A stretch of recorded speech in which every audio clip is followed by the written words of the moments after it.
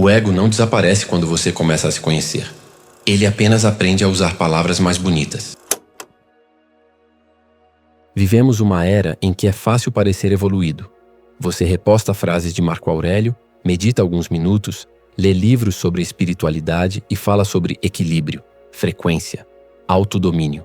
Mas o verdadeiro teste não está no discurso, está na forma como você reage quando alguém te contraria, te ignora ou te expõe.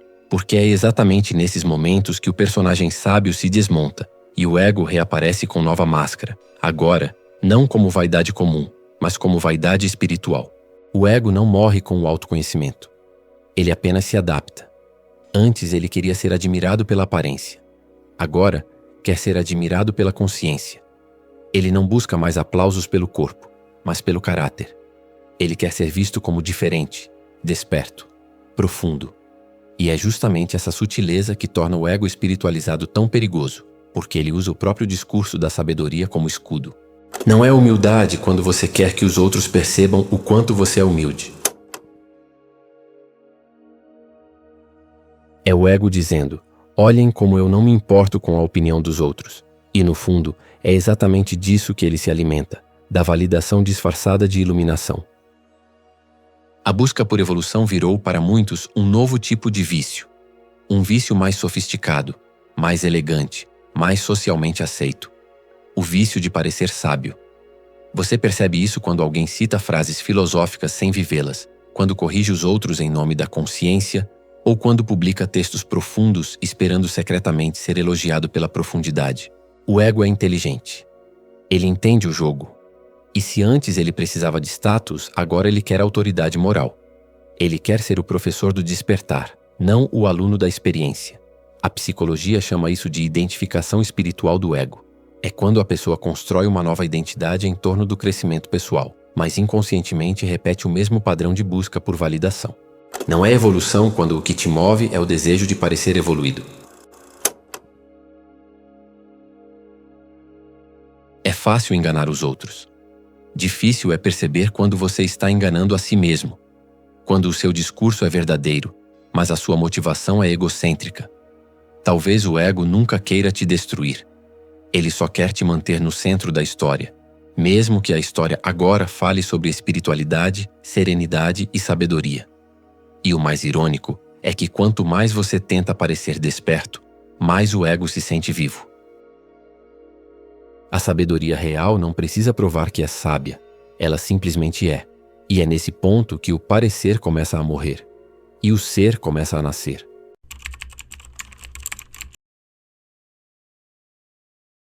O ego é um arquiteto de identidades. Ele não suporta o vazio, precisa sempre de uma forma, de um nome, de um papel a desempenhar. E quando a antiga identidade, baseada em status, aparência ou aprovação, começa a ruir, ele constrói uma nova, mais sofisticada.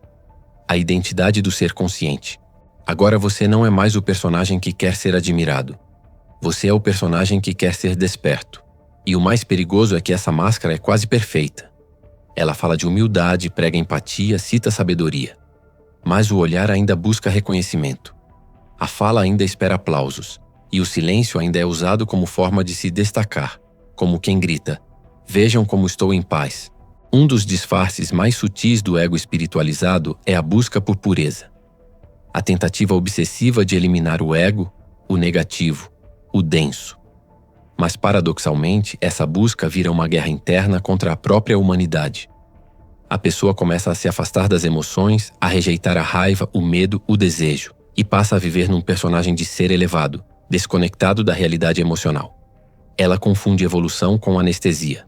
Mas o estoicismo, e também a psicologia, ensinam o contrário. O verdadeiro domínio não é negar as emoções, é reconhecê-las sem ser escravizado por elas. Quem tenta matar o ego acaba se tornando escravo dele. Porque o ego adora extremos. Se ele não pode ser o pior, vai tentar ser o melhor. E nos dois casos continua sendo o centro do palco. Outro sinal claro da máscara espiritual é o comparar-se com quem ainda não despertou. A mente cria uma divisão entre os que entendem e os que ainda dormem. E nesse instante, o ego vence, porque a comparação é o oxigênio dele. Essa sensação de superioridade sutil, a ideia de estar acima dos outros, É a forma mais perigosa de ignorância, porque ela veste a roupa da sabedoria. É o que o psicólogo Carl Jung chamava de inflação espiritual, quando o indivíduo acredita ter transcendido, mas na verdade está inflado de autopercepção. E o mais cruel é que por dentro a pessoa sala ainda sente o mesmo medo, a mesma insegurança, só que agora com vergonha de admiti-los, porque o sábio não pode demonstrar fraqueza. Hoje a espiritualidade virou palco. O autoconhecimento virou tendência, e o silêncio interior virou produto de engajamento. O ego encontrou uma nova plateia, e como todo ator, ele sabe que enquanto houver quem assista, ele precisa continuar atuando. O problema não é falar sobre iluminação, é acreditar que você já chegou lá. Essa ilusão é perigosa porque interrompe o crescimento. Quando você acredita que já entendeu, para de aprender. E o verdadeiro sábio é aquele que quanto mais aprende, mais percebe o quanto ainda ignora. O ego espiritualizado não se contenta em desaparecer. Ele quer ser lembrado como aquele que desapareceu. E é aí que mora a ironia. O desejo de ser ninguém já é, por si só, uma nova forma de querer ser alguém. Talvez o primeiro passo para uma verdadeira espiritualidade seja admitir o quanto ainda somos humanos e o quanto o ego sutilmente continua tentando usar até a luz para continuar existindo na sombra.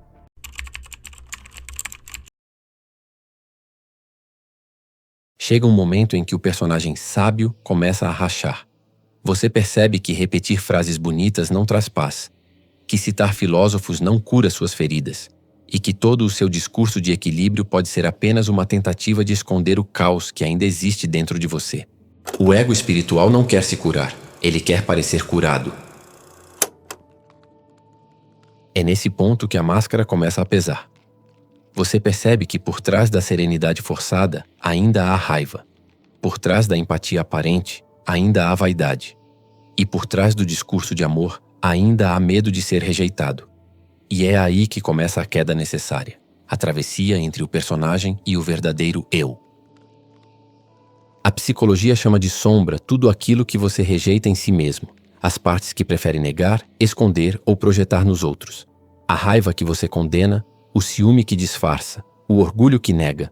Tudo isso não some quando você tenta ser iluminado. Apenas muda de lugar.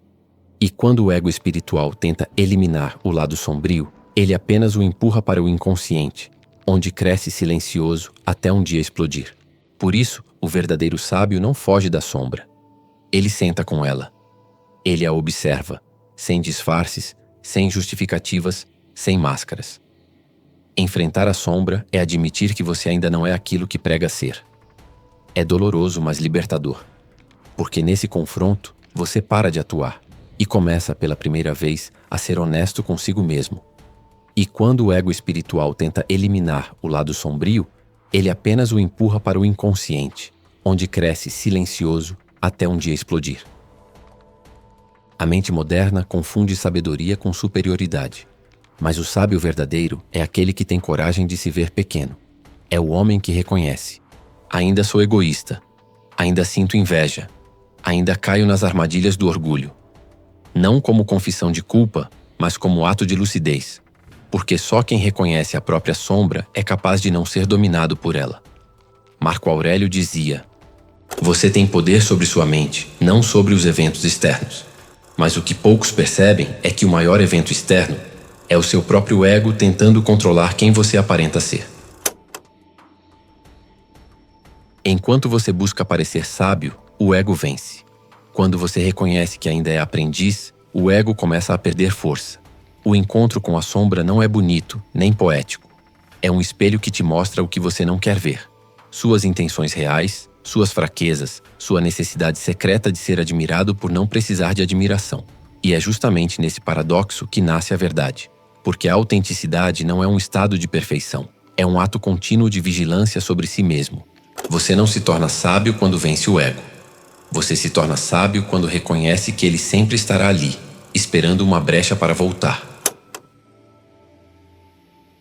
O encontro com a sombra é o ponto de ruptura. Depois dele, você nunca mais se olha do mesmo jeito. Porque entende que a iluminação não é um lugar, é um processo. E nesse processo, o ego nunca é vencido, apenas observado e dissolvido pouco a pouco na consciência que o contempla. verdadeiro despertar começa quando você para de tentar ser luz e aceita iluminar também a própria escuridão.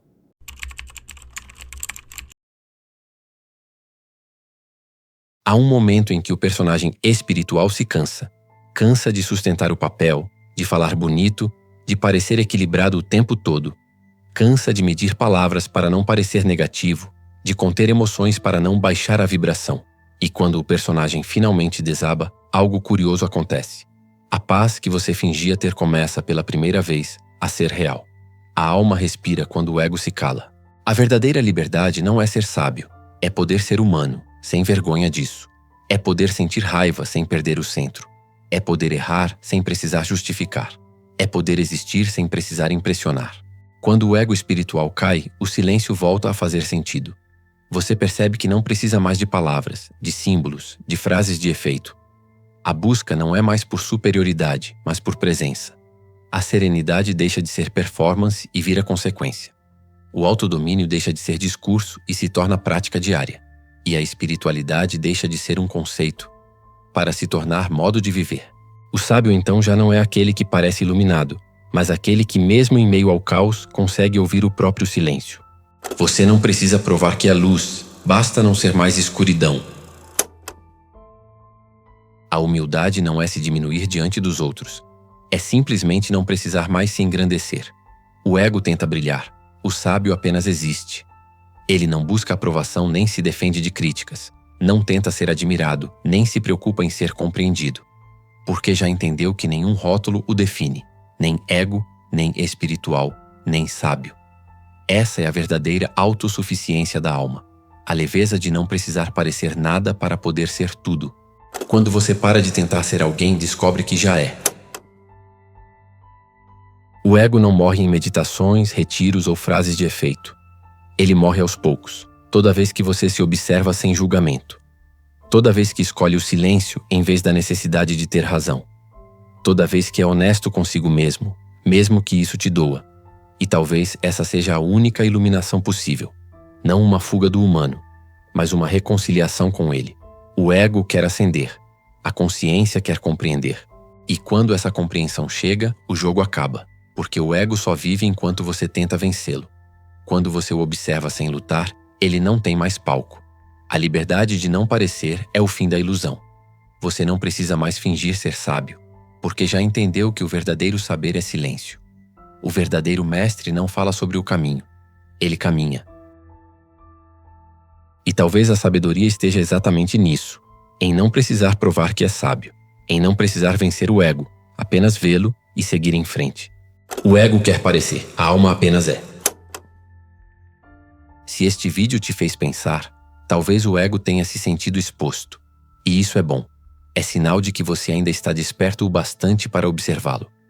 E continue essa jornada comigo, entre a sombra e a luz, onde o verdadeiro autodomínio começa no simples ato de enxergar-se sem máscara.